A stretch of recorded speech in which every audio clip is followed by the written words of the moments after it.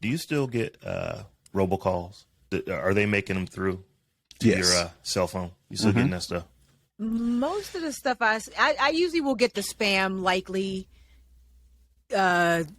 indication and I won't answer it, but it's the text which we will get into with the story. But so yeah, the calls I usually get some sort of notification that it's likely spam or something like that. So I was just going to say on the calls, I'm pretty good. Most, I don't want to say most of the time. Yeah, most of the time. More times than not, I will get the potential fraud or potential spam coming up. But every now and again, one gets through, and I was like, oh, they got me. Because what they'll do is it's calling from sometimes, but I might be expecting another call, and it's a local number, so I just answer. It's like, oh, that's almost always the case. But anyway, the story is that the FCC closes the robocall loophole. So there is I don't know if this is a law or if it's a guideline exactly how stir shaking is, but I just want to, so this is the acronym. It is stir shaken. And this is an acronym for, and I'm going to go ahead and read this whole thing out because it's ridiculous how many words there are in the name of this thing. But it is the Secure Telephone Identity Revisited and Signature-Based Handling of Asserted Information Using Tokens Standard. Why is there anything that is named that? It's just like, but yeah, the acronym is stir shaken. It is. And essentially what this is that, so what the government basically has done is said that if you are a big telecom company, you can't do certain things. You can't make certain types of calls to people without absolutely identifying who you are and what that call is for, which basically would eliminate, a deep fake. They can eliminate a robocall. They can identify very easily from that. But the loophole is that if you are a company of under 100,000, is it 100,000 customers? Then this didn't apply to you. All of the robocall companies are using their technology on the systems that have under 100,000. So basically, it's like the law doesn't even exist. And what the loophole being closed is now they're saying any company, any telecommunication company has to abide by the stir shaking guidelines. So hopefully when this stuff goes into, when it gets fully implemented, we will see, even fewer robocalls, even fewer, of these type of just spam calls that are coming to you. But Stephanie, I think you were going to go here. How is this going to work with the text messages? Because that's where it does not. It does not apply to text messages at all yet, I guess. Which totally defeats the purpose, if you ask me. It really does. Yep. You guys say something, Terrance? No, I was going to say the reason why I found this story was because my daughter, we have a rite of passage in our family. When you turn 12 years old, that's when you get a phone. So she just turned 12 just last month. So we got her the phone. And then, of course, I'm going into IT tech mode, and the wireless company that we go through, they have an app that helps you with robocalls and scams. I, of course, sat her down and was like, look, don't answer no phone calls. Don't respond to no text messages. Don't click nothing from nobody that's not in your contacts. Of course, I went through her iPhone, made sure the family was in her contacts, make sure she knew if you've got friends that you message back and forth, they're in your contacts so you can recognize them. And then the last thing I did was I actually went to the do not call registry and registered her phone number, so she could stop some of these robocalls. Because I don't want, she's young, she's got a phone, she may get that message, and then that rush of, oh, I'm important, let me answer the phone call, whatever the case may be. I was trying to avoid that altogether. So I went through all these efforts to lock down her phone. And then even still, she got her first little robocall and this little text message, and she being funny, but she's letting me know those things are coming through, and I'm like, dang, ain't nothing we can do. So when I saw this message, I saw this story, I was like, okay, so they're helping out, but even still, they're still going to find a way through some shape, form, or fashion, like Stephanie, you mentioned with the text messages and just in life, right? So I'll give you another analogy.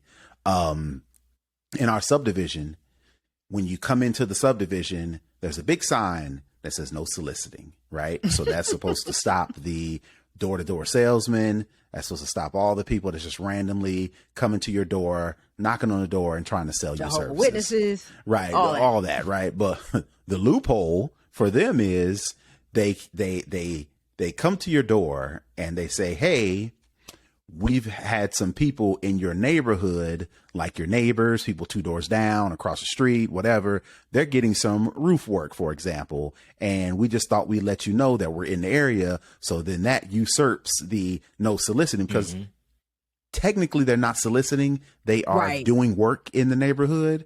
So allegedly, which they're not, because I get straight ice grill when they come to the door and I get on their case about soliciting. But then I come to find out the loophole is, they have to be doing work in the area. So the way to block that is you actually have to, I don't know if this works for every subdivision, but for us, you have to have a no soliciting sign on your property in order for them not to come around. So I don't know, to try to correlate that back to the original story. There are always going to be loopholes, but eventually we're going to have to create some sort of technology that when somebody pings your phone with a robocall, it turns right back around with an automated message like, do not call my phone. And in this one too, it was like, it didn't apply. It doesn't apply to text messages, which most people like. That's my biggest issue. And they can still spoof domestic phone numbers. That was the thing. If it looks like it's coming from a domestic phone number, it can still slide under this stir shaking radar. So all they have to do is spoof a domestic phone number, which most of them are doing anyway, to make you think, to your point, Rob, that it was somebody you knew or something, a business from your area that you were expecting a call from. So I don't know. This seems very very not a thing. Like I feel like somebody at the job, somebody's brother-in-law who got their job because they were somebody's brother-in-law, wanted to feel like they was doing something and said, well, let's just, toughen up, stir shaking real quick, and this is what they came up with, and now they're patting themselves on the back for basically doing nothing. I just say this: if it gets me one less of these calls, I'm for it. I'm cool with it. I'm for it. It's like, anything, if it's going to make it better than what it is right now, but it's not text messages. It's just phone calls. So now what you got to start worrying about is like, so I'm a heavy user of WhatsApp Messenger. I'm getting spam on WhatsApp Messenger. See? And now I do believe that Facebook, or Meta, I should say, Meta will probably be more proactive in fixing this in their system than the government is going to be, because they want you to use their system because that's how they make money. And if like I'm getting way too many spams on WhatsApp, I want to start using Telegram, or not saying that Telegram doesn't have the issue, but I want to move the Signal. I want to move this other thing. You can't easily do that. You can't just as easily get rid of your phone number and go to another phone number. That causes you, a lot of issue. So I would think that they're going to start working, like Meta and Google and, these other companies, Signal, Telegram, are going to start working on making sure that they, stamp down on the spam in their systems, and maybe the stuff that they do, the carriers can actually do. Because it's just horrible.